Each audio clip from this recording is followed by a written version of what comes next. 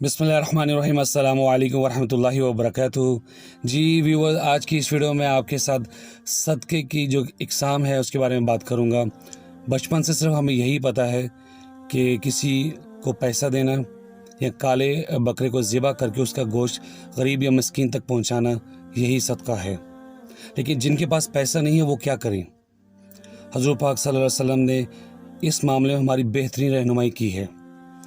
हज़रत पाक ने फरमाया, सुबहान अल्लाह, अल्हम्दुलिल्लाह, अल्लाहु अकबर, ला इलाहा इल्लल्लाह, अस्तगफिरुल्लाह पढ़ना भी सदका है। अच्छी बात कहना और बुरी बात से रोकना, ये भी सदका है। रास्ते से पत्थर, हड्डी, कांटा, कोई तकलीफ दे चीज़ हटा देना, ये भी सदका है। कोई अंधा है उसको रास्ता दिखाना, ये भी सदका है। गूंगे और बहरे को उसकी बात समझा देना, ये भी सदका है। कोई मजबूर है उसकी मदद कर देना, ये भी सदका है। अच्छी बात करना, ये भी सदका है। कोई पानी मांगे उसको पानी पिलाना, ये भी सदका है।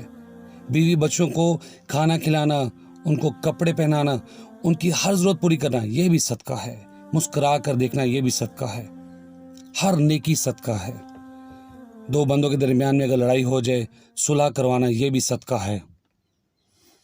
इंसाफ की बात करना, ये भी सदका है। अगर सामान किसी का पड़ा हुआ है उसको उठाकर दूसरी जगह तक उसकी मदद कर दे पहुँचाने में, ये भी सदका है। अगर आपके पास सवारी है और दूसरे के पास सवारी नहीं है तो उसको अपनी सवारी में बिठा के दूसरी जगह तक पहुँचा देना, ये भी सदका है। नमाज के लिए उठने वाला हर कदम वो भी सदका है। कोई कर्जदार है उसको उसमें नरमी करना, कर्ज लेने में, वो भी सदका है। कर्ज देना भी सदका है। किसी की बात बुरी लगी है, गुस्सा आ गया है, उस गुस्से को पी जाना, वो भी सदका है। तो उम्मीद करता हूँ कि हम इन सदक़ात को अपनी ज़िंदगी में अपनाने की कोशिश करेंगे।